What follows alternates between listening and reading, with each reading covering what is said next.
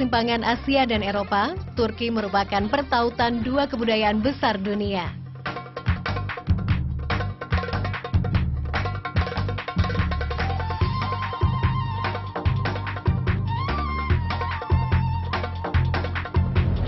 Bon voyage!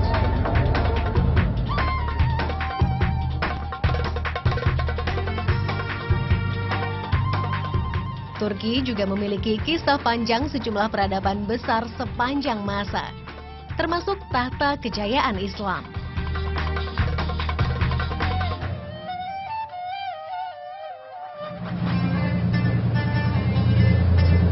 Letak geografis dan jejak historis melahirkan pemandangan ini sebagai salah satu nuansa keseharian Turki.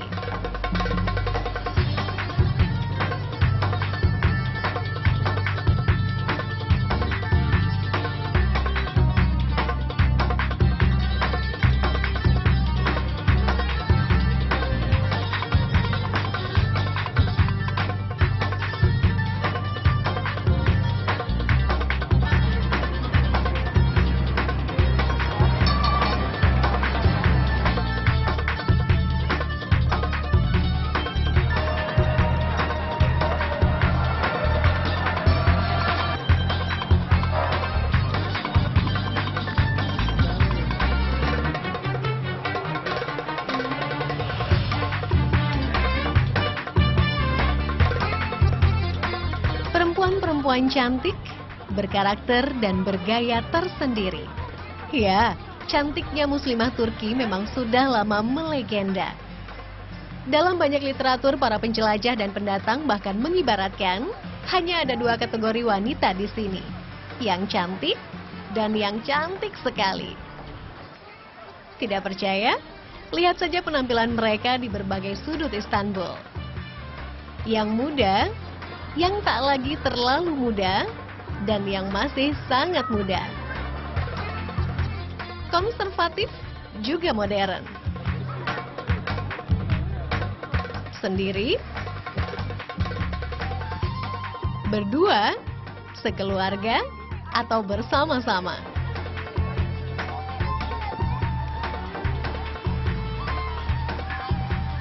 Di jalan, di taman, serta tentunya di relung-relung suci.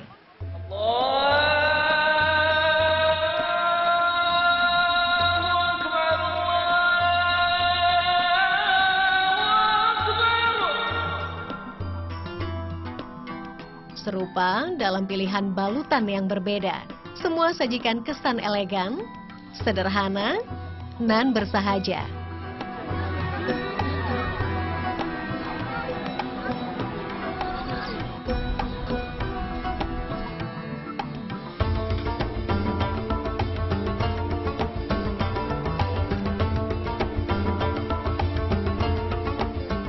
Seperti perempuan Turki kebanyakan, perempuan satu ini tinggi, berhidung mancung, ramah, tapi sedikit pemalu. Tentang rahasia cantiknya dan perempuan sebangsanya, Ayse ungkapkan sebenarnya semua berawal dari kebiasaan sehari-hari yang sangat sederhana. Seperti racikan khas tradisional satu ini. Teh memang merupakan minuman favorit warga berbagai negara, termasuk di Indonesia. Namun peminum dan konsumen teh terbesar di dunia tak lain adalah Turki. Bagi warga negeri ini, teh bukan sekedar penyegar dahaga, melainkan juga perlambang kebersamaan, hulu dari kesehatan, juga telah menjadi bagian penting dari kebudayaan. Oke. Teşekkür ederim. Thank you. Dan ternyata dari sekian banyak rahasianya, salah satunya itu sangat sederhana, teh chai.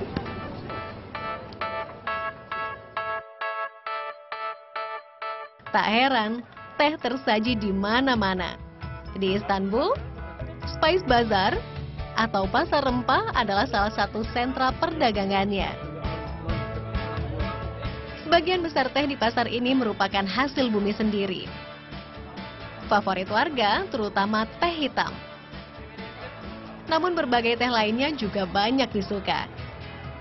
Ragam teh yang memang berasal dari tanaman teh terutama, maupun teh dalam definisi herba kering siap seduh, dari berbagai jenis daun, buah, dan bunga.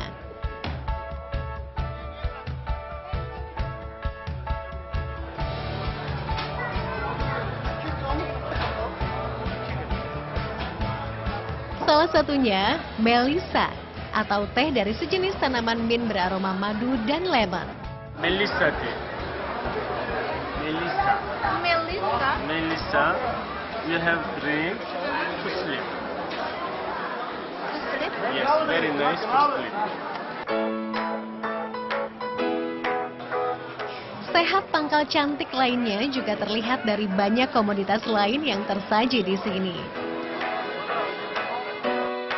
Terutama saat musim panas, sayur mayur dan buah-buahan segar melimpah. Namun bukan berarti ketika musim dingin, sayur dan buah tak lagi jadi bagian dari menu sehari-hari. Warga mempersiapkannya dengan ini, mengeringkan semua, daun seledri hingga kapulaga.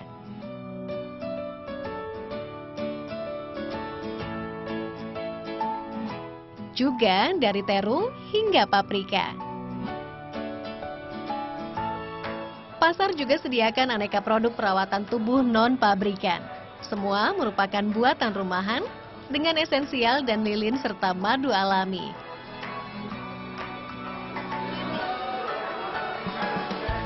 Aromanya wangi segar menggoda. Cantiknya langsung terasa.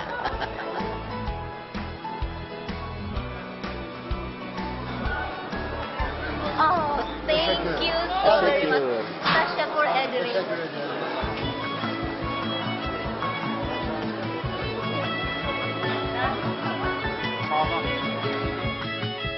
Kulit bersih sehat memang jadi hakiki cantik hawa di negeri ini. Pangkal anggun dengan apapun yang tersemat padanya. Terlebih ketika mengenakan busana-busana menawan yang jadi ciri khas mereka.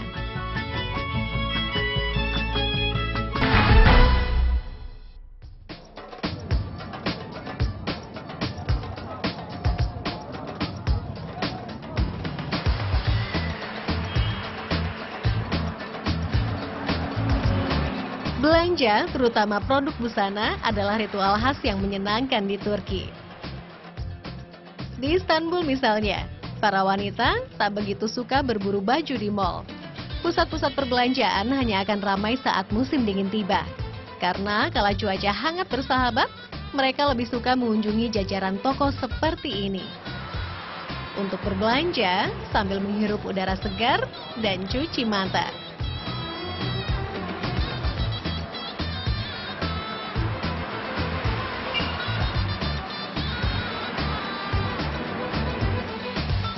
Ada beberapa sentra yang jadi destinasi. Salah satunya Fatih Belediyesi.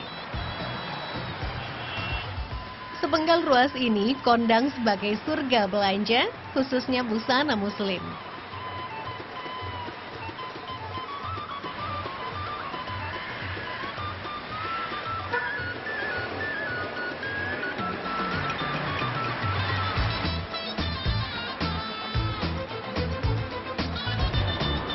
You show us.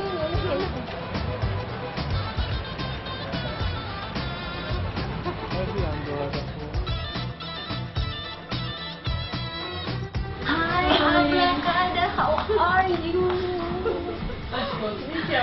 It is nice to see her again. Abla adalah sebutan untuk kakak atau kerabat wanita yang lebih dewasa. Nah, Abla cantik satu ini merupakan salah satu perempuan asli Turki yang sudah belasan tahun berkecimpung dengan dunia rancang busana dan aksesori.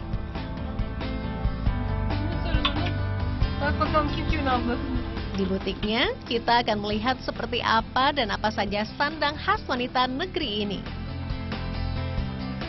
Dimulai dari gaun-gaun pesta. Yap, perempuan Turki suka menjamu dan suka mengunjungi jamuan. Sehingga busana untuk perhelatan ini masuk daftar koleksi wajib di lemari. Gaun favorit hingga saat ini kebanyakan masih yang bernuansa tradisional. Sejak zaman Kekaisaran Ottoman, setiap daerah punya ciri dan motif tersendiri. Abi eşarp yok muydu Banget sadece? ya.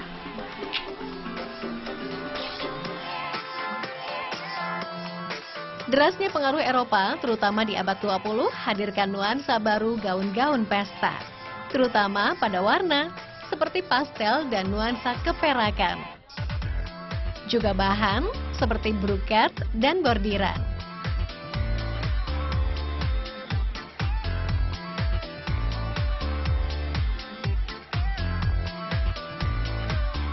Namun bicara busana dan perempuan Utsmani, tak akan lepas dari yang satu ini. Pardesho, atau sejenis mantel dengan karakter yang sangat khas. Sandang jenis ini berakar dari dua kebutuhan mendasar. Menahan dingin, serta menutup aurat. Jadi kapanpun dan dimanapun penggunanya siap untuk sholat. Kemudian zaman hadirkan pardesho kian beragam. Baik dari segi bahan, model, maupun kegunaan. Traditional pardesu, pardesu modern,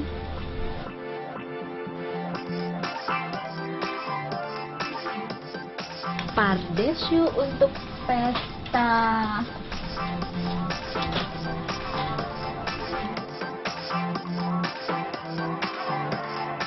Untuk ke kantor atau acara formal. Dan pardeso yang untuk sehari-hari dan ramah untuk orang-orang yang tidak terlalu tinggi seperti. Umumnya, pardeso hadir dalam rona gelap dengan bahan agak tebal. Namun kini banyak pula pardeso dengan aneka motif, aneka warna. Terlebih ketika tren musim semi dan musim panas tiba.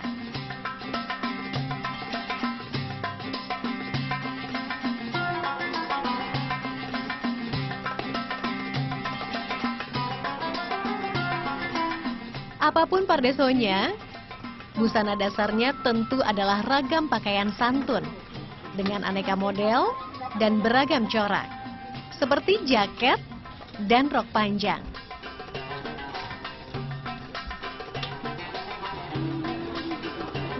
Ini adalah corak dan gaya ketika Turki tengah berlimpah matahari.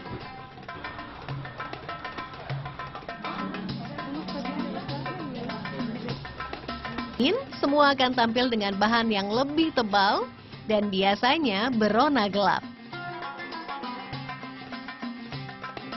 Eskiden ferace giyilirdi, yani bol kesim kıyafetler giyilirdi ya da işte çarşaf giyilirdi ama şu an işte tamamıyla daha modern, daha kısa. İşte gençlerin de kapanmasına yönelik kıyafetler üretiliyor, rengarenk kıyafetler üretiliyor, o şekilde. Tadi busana, selanjutnya aksesorinya. Padankan busana tertutup, wanita Turki suka sekali dengan ragam pernik gemerlapan. Seperti ini misalnya, sebagai pelengkap busana utama.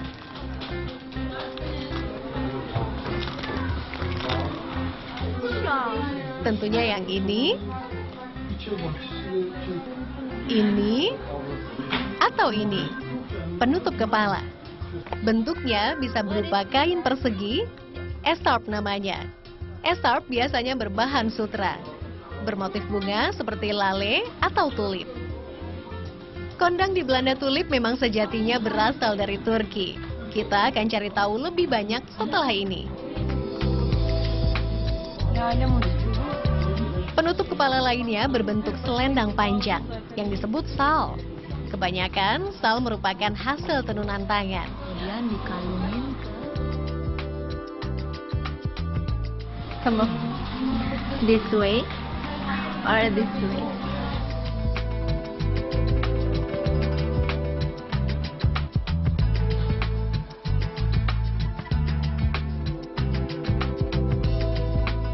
Masih ingat pembicaraan seputar lale alias tulip dan ragam puspa tadi? Kita akan melanjutkannya setelah ini.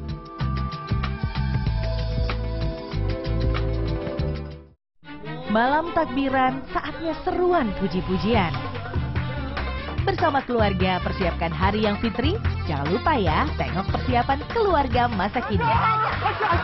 Serukan Gemah Takbir di rumah Anda. Makin ramai, makin meriah, makin lengkap juga bersama Ini Takbiran. Diiringin dengan doa yang tulus. Lintasi malam lebaran dalam nada-nada syahdu. Music everywhere mengantar Anda menuju hangatnya suasana. Saatnya K-Cinema menemani malam suci yang panjang. Aksi pilot pesawat tempur dalam balutan romansa dan persahabatan. Soar into the sun. Setelah sebulan berpuasa, bedu kemenangan bertalu-talu berkumandang takbir bersama Net. Kami hadir lebih pagi untuk bawakan berita terkini. Terima kasih masih bersama kami di Net 5. Tarian rakyat Latvia ramaikan rangkaian Erau International Folklore and Art Festival di Kutai Kartanegara, Kalimantan Timur. Institut Teknologi Bandung membuat aksi mural yang bertujuan untuk mempromosikan keistimewaan Kota Bandung. Tunggu apa lagi? Bikin mural yuk. Selamat pagi dan semangat beraktivitas. Net 5, setiap hari jam 5 pagi, hanya di Net.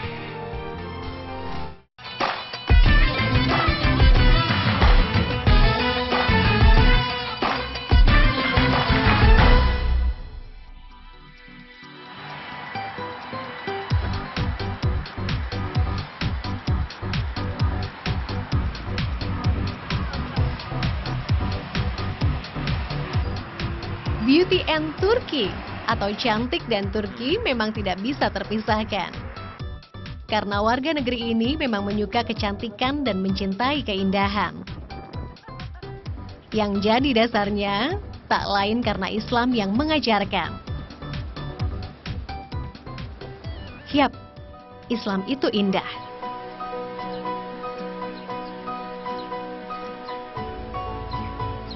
Di Istanbul misalnya, bangunan-bangunan bersejarah nan cantik berdiri megah di seantero kota.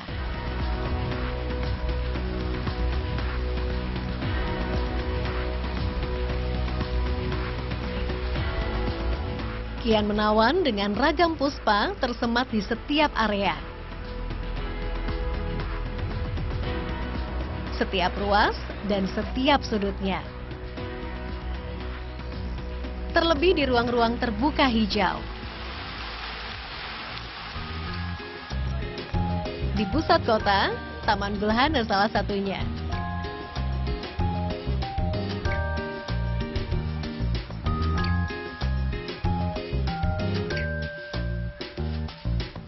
Dalam bahasa Turki, gul berarti mawar, dan hane artinya rumah.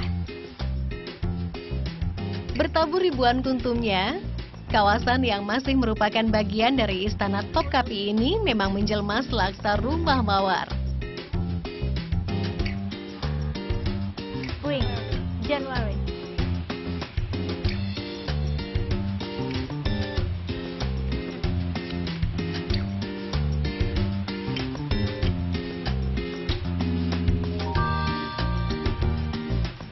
Indah dan asri, memikat siapa saja datang bertandang untuk sejenak bersantai di sini. Dan di Turki, meluangkan waktu menikmati alam merupakan sebuah tradisi tersendiri. Pemerintah Istanbul punya banyak lahan-lahan persemaian bunga di tepian kota untuk mengganti bunga yang ada minimal 1 bulan sekali. Itu sebabnya semua tersaji mekar bersemi.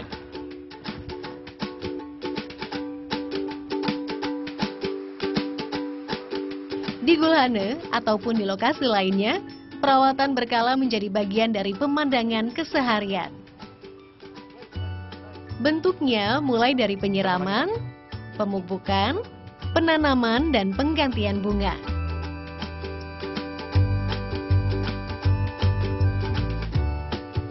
April sebenarnya menjadi saat yang paling tepat untuk menikmati Istanbul dan bunga.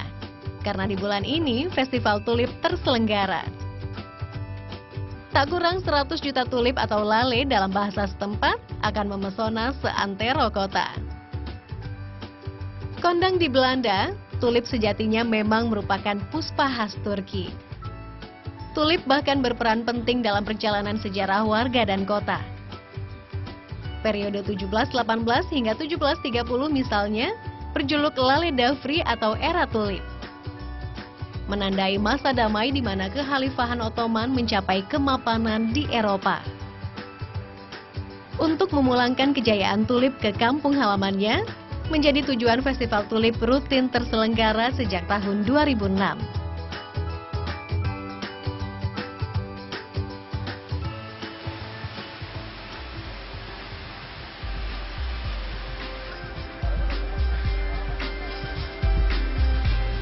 Namun seperti yang tampak di depan mata, tulip atau jenis lainnya, cantik bunga tak akan putus menyambut para pendatang.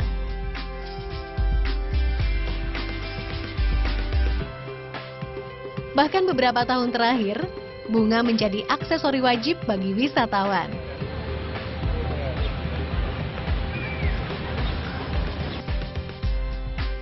Halo Anye, how much is this? You, which one? Yeah, this is you. Bentuknya seperti ini. Pedagangnya ada di mana-mana. You put it again on me. Termasuk tentu saja di taman-taman kota. Thank you. Ah, thank you Aisyah. Tasyakur. Era tulip, era bunga berakhir di Turki setelah Sultan Ahmed III turun dari tahtanya tahun 1730. Tapi sampai sekarang bunga masih menghiasi berbagai penjuru sebagai tanda perdamaian dan juga persahabatan. Thank you so very much for accompanying. Tasyakur, Adriel, Aisyah.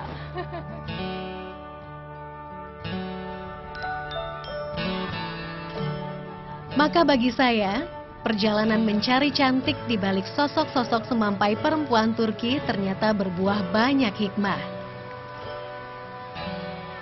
Membuka mata bahwa cantik itu dari dalam diri tentunya. Terlebih lagi, hadir dari dalam hati. Menjaganya merupakan bagian dari iman.